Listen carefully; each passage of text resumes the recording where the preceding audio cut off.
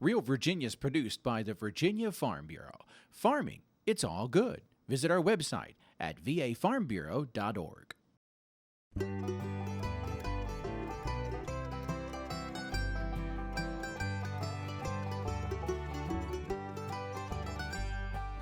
Home will always be Virginia, between the Blue Ridge and Chesapeake Bay, Atlantic to Appalachia, home in my heart always.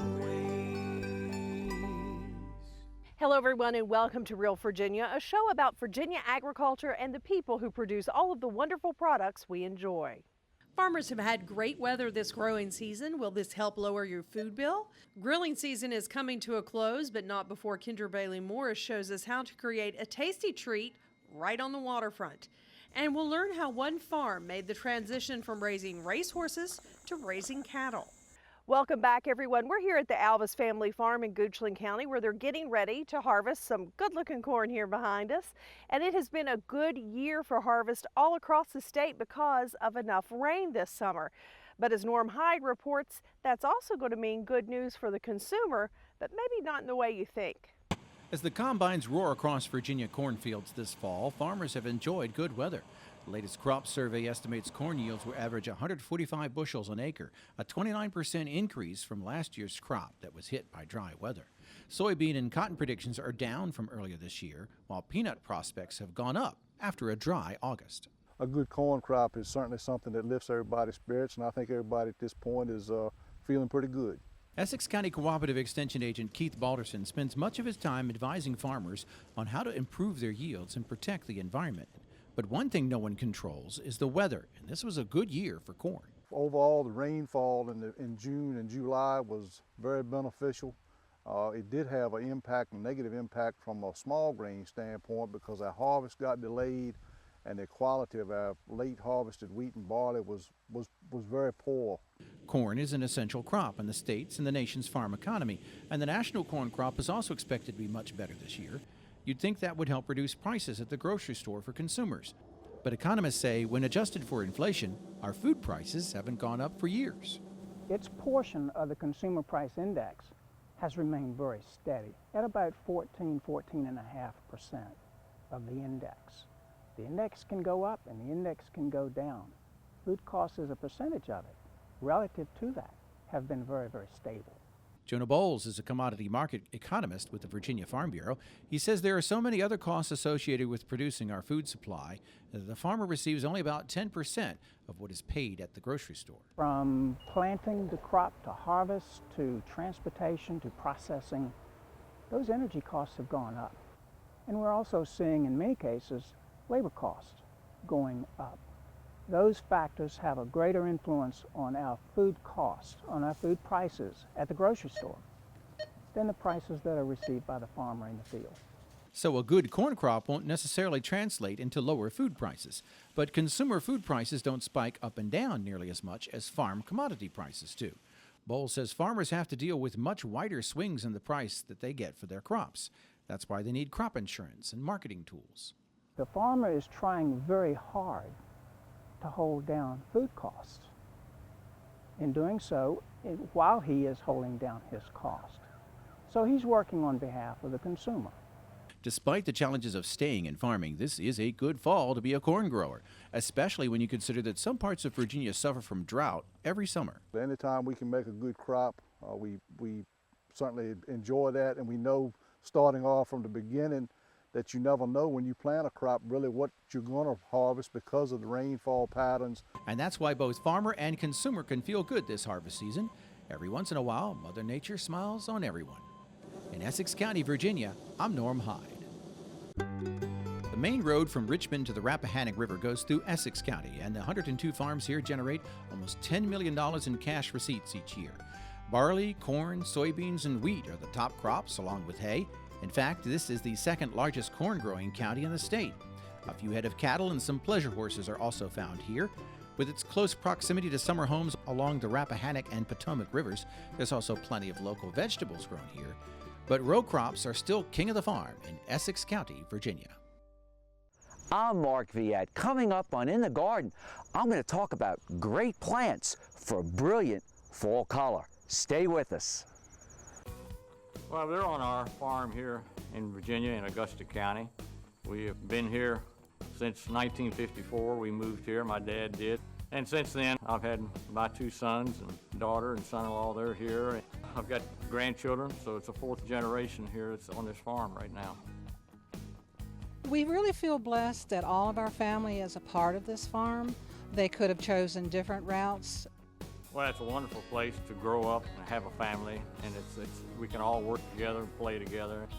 I know there's a lot of families, they go to work and you don't see them till that night, whereas with the farm here, we see each other all day long. It's a wonderful place to grow up and live. Being out here in nature and watching things grow, and just days like today, that's a beautiful day, you just feel very fortunate. I'm Dan Holsinger. I'm dedicated to dairy, my cows, my milk, and my land. Fall is my favorite time of year, primarily because of all the beautiful colors that there are.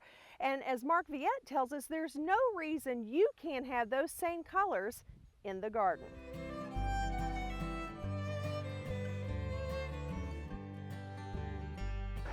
Creating a garden with fall color is not hard. The only hard thing is you need to start, because in some cases it could take 3 years, 5 years, or 10 years for plants or trees to really exhibit their showiness in color. This is the native fringe tree, Chiananthus, that you'll many times see up in the Appalachian Mountains in bloom in the spring with beautiful yellowish white hanging flowers. It's known as Granddaddy's beard. We also have our native witch hazel, and this also can bloom in the fall, as you see here with the nice color. One of the things that influences color is the shorter days, the cooler nights. To have great fall color, you don't want a very wet fall, but nor do you want temperatures that are really cold early in the fall. But look at these here. This is the full moon maple, Acer aconitifolium. And one of my favorites is the burning bush, or the fire bush, and this is euonymus, and it has great color, but not only does it have the color that you see here, it has the berries or fruit which will feed our wildlife and our birds. Remember, investing in fall color could last a lifetime or multiple lifetimes. Trees can live as long as 100 years or longer. So you might plant something tiny, but it might look like that beautiful sugar maple behind me, which has great color. You can find maples that have yellow colors, red colors, scarlet colors. The choice is immense.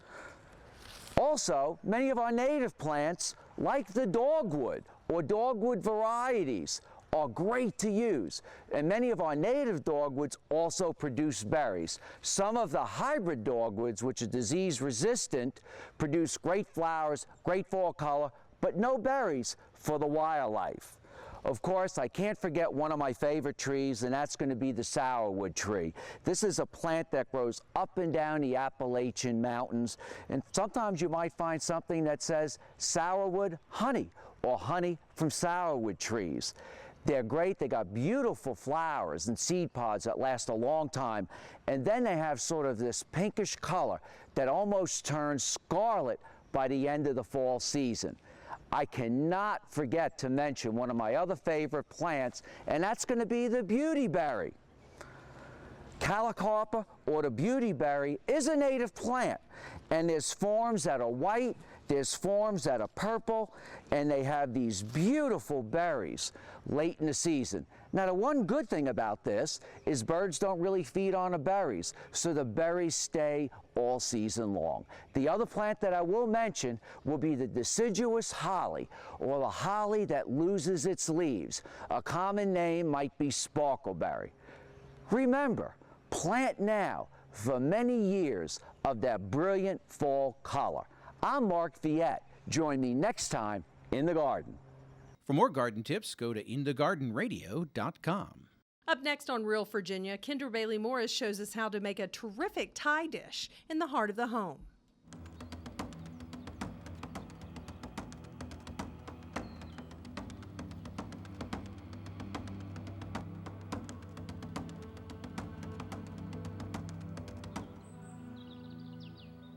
Looking for some unbridled excitement this fall? Make plans to visit the annual Equine Extravaganza, November 1st through the 3rd at the Meadow Event Park in Doswell, Virginia. The Equine Extravaganza truly offers something for every type and breed of horse lover. More than 100 clinics and demonstrations by top national horse industry experts will be offered. Everything from natural horsemanship to dressage, reining, jumping, trail riding, cowboy mounted shooting, barrel racing, horse business planning, and more. Plus, don't miss the exciting Masio Gypsy Festival Equestrian Show. 10 breeds of horses and their daring riders will give a high-energy, choreographed performance to music. There'll also be food, wine, and horse items for sale from all over the country, and a special Secretariat-themed event and book signings. It's all at the Equine Extravaganza, November 1st through the 3rd at the Meadow Event Park in Doswell, Virginia. Get your tickets today at equineextravaganza.com. Looking for a low-carb recipe the whole family will love? Why not try this sausage lettuce wrap? Here's a recipe from Kendra Bailey Morris in the heart of the home.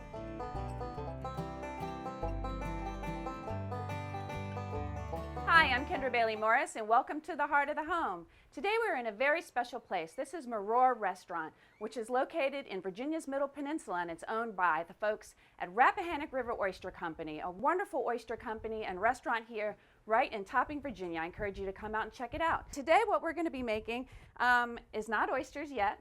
That'll be coming up another time. We're going to be making a Thai-style ground pork in lettuce wraps. And this is a very kind of classic Thai dish. It's made with ground pork, a little bit of fish sauce, some chili pepper, it's lime juice, cilantro, really good, and you eat it in lettuce wrap. So there's really not a whole lot of carbohydrate in it, so it's healthy as well. So what we're going to do is I'm going to be doing some of this on the grill today. And the first thing we're going to do is add a little vegetable oil to our pan. About a tablespoon or so will do. And I'm going to get this going a little bit here. You don't need a whole lot. And I definitely encourage you to use either canola or vegetable oil and not use olive oil. Olive oil will impart a flavor that doesn't really match with this style of cooking. Now we're also going to go ahead and add some minced hot pepper, and you could use a Thai bird chili pepper, those little red peppers. You could use a jalapeno, which is what I have here. And I've got about a half a jalapeno. You could add more if you like it spicy. Thai food is supposed to be a little bit spicy, so I encourage you to do that. And I'm adding this straight to my hot oil because what I want to do is flavor that oil with the spice and the heat from that pepper. So I'm just going to go ahead and start that. The next thing we're going to add is some ground pork. You could use ground chicken if you wanted to, ground turkey. You could even use lean ground beef, but the ground pork is what's very traditional in this dish. And this dish in Thailand is actually called larb. Not a very beautiful name, but it's actually a Thai-style dish with ground pork and all the spices that we're going to put in it. And this is about a pound of pork. And I'm just going to throw that in there.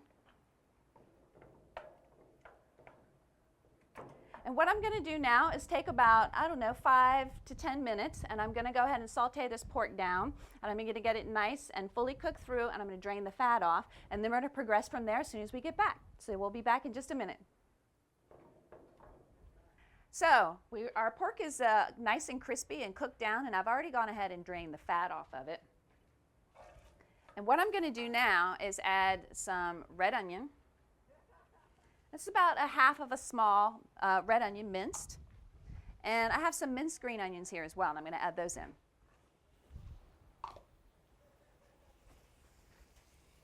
And we're going to stir that a little bit, crank our heat up.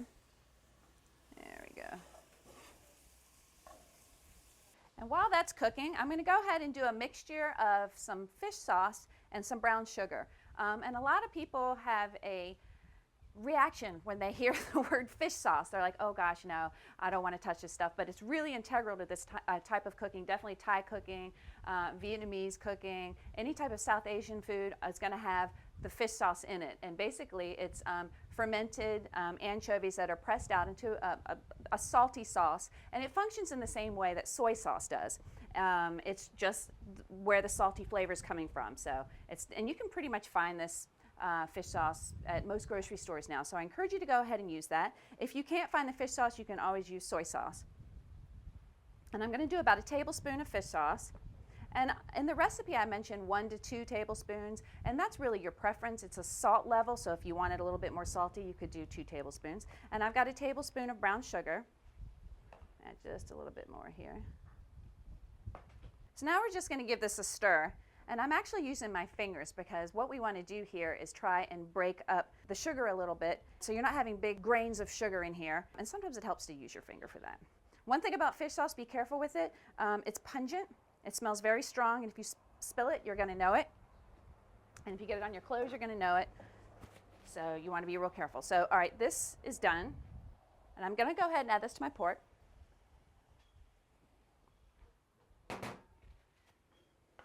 And this is when you start to really smell this dish come alive.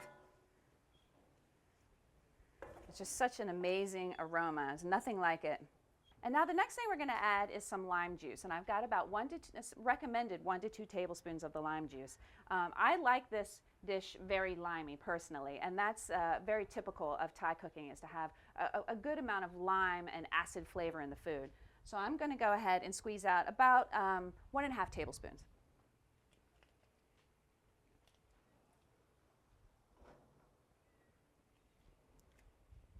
So I'd say almost a whole lime, depending on how juicy your lime is. All right, that's good.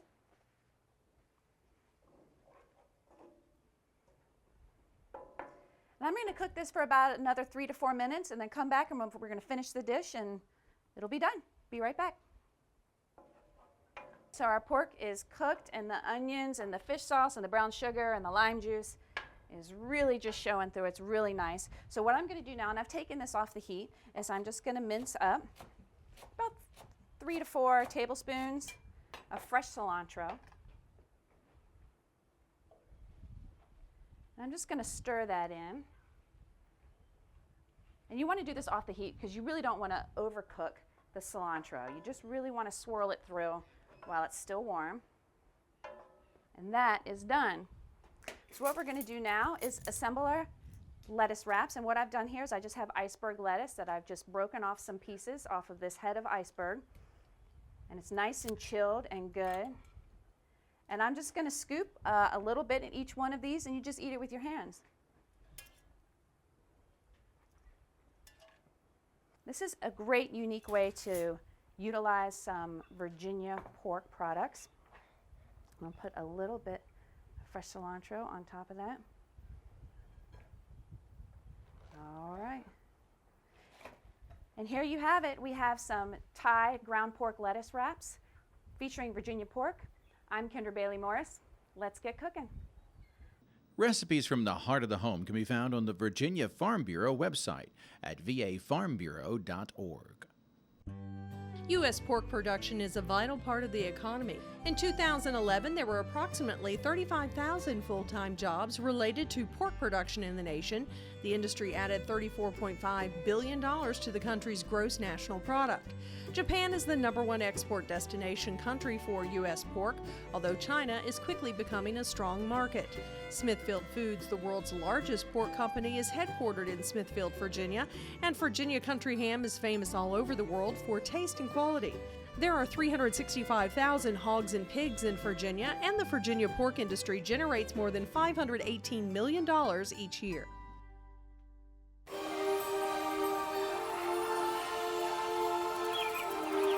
Hello, little prince.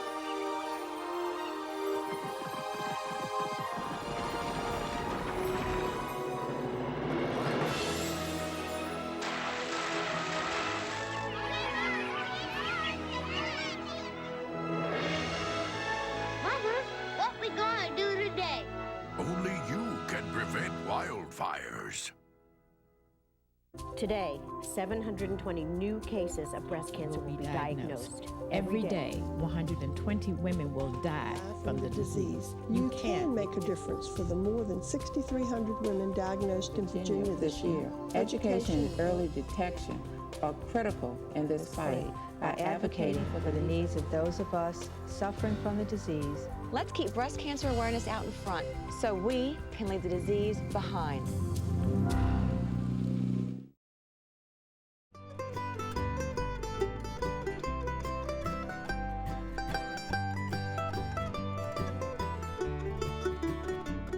Virginia has a rich tradition of horse racing, and Burning Daylight Farms in Albemarle County is one of those farms steeped in history. But now this beautiful farm is producing a new commodity. Take one look at the pasture at Burning Daylight Farms in Albemarle County, and it doesn't look that much different than any other beef cattle operation in the state. Most of the 325 head of cattle lazily rest under shade to escape the hot afternoon sun. But further up the hill, you notice that this isn't your ordinary cattle farm. A magnificent barn shows that it was once home and birthplace for thoroughbred racehorses. We had this barn built and we moved our horses here. And when Kentucky changed their breeding rules or laws, it made better sense for us to keep our mares down there year-round. A racehorse that is born and bred in Kentucky results in a bigger purse when it wins races. That led the farm operators to switch gears to raising grass-fed beef. Within the past 5 years is when we've really been focusing on the grass-fed beef, doing rotational grazing, changing our bulls to Solaris bulls because the birthing process is a little easier on the cows. The marbling in the meat is a lot better. Grass-fed beef is a popular product with consumers in local farmers markets and some meat markets. The meat typically has less fat than traditional grain-fed beef and has a more pronounced taste. This type of beef is produced by animals that have never eaten anything other than their mother's milk and grass their entire lives. Despite an increase in consumer demand for grass-fed beef, the market is still relatively small. The latest statistics show grass-fed beef is less than 3% of all U.S. beef sales. But the number of U.S. grass-fed beef producers is rising from 50 in 2002 to more than 2,000 in 2011. At Burning Daylight Farms, the cattle are raised from birth to market. The only time they don't eat grass is in the winter when it's replaced with hay. Right now, the farm sells beef directly to the consumer through a meat processor in Lexington, Virginia. Tastes a little different, you know. I mean, you can't overcook it, but the demand is there, you know. I mean, you see these artisanal places restaurants that want to be able to put on their menus that there's grass-fed beef. Just like when raising top-quality racehorses, the farm's operators pay attention to every detail to provide a quality product to the consumer. Oh, it means a lot. You know, I would hope that people would take advantage of being able to buy local. I mean, the whole thing is know your farmer, you know, and what a great way to know your farmer, you know.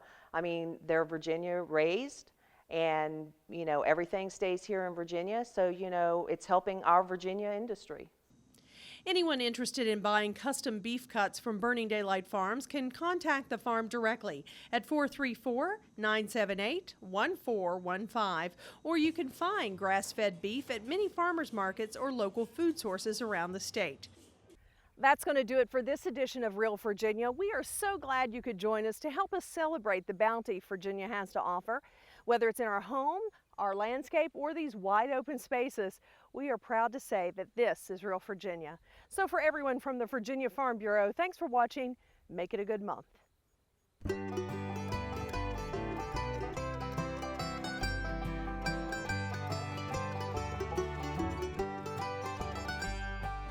Home will always be Virginia, between the Blue Ridge and Chesapeake Bay.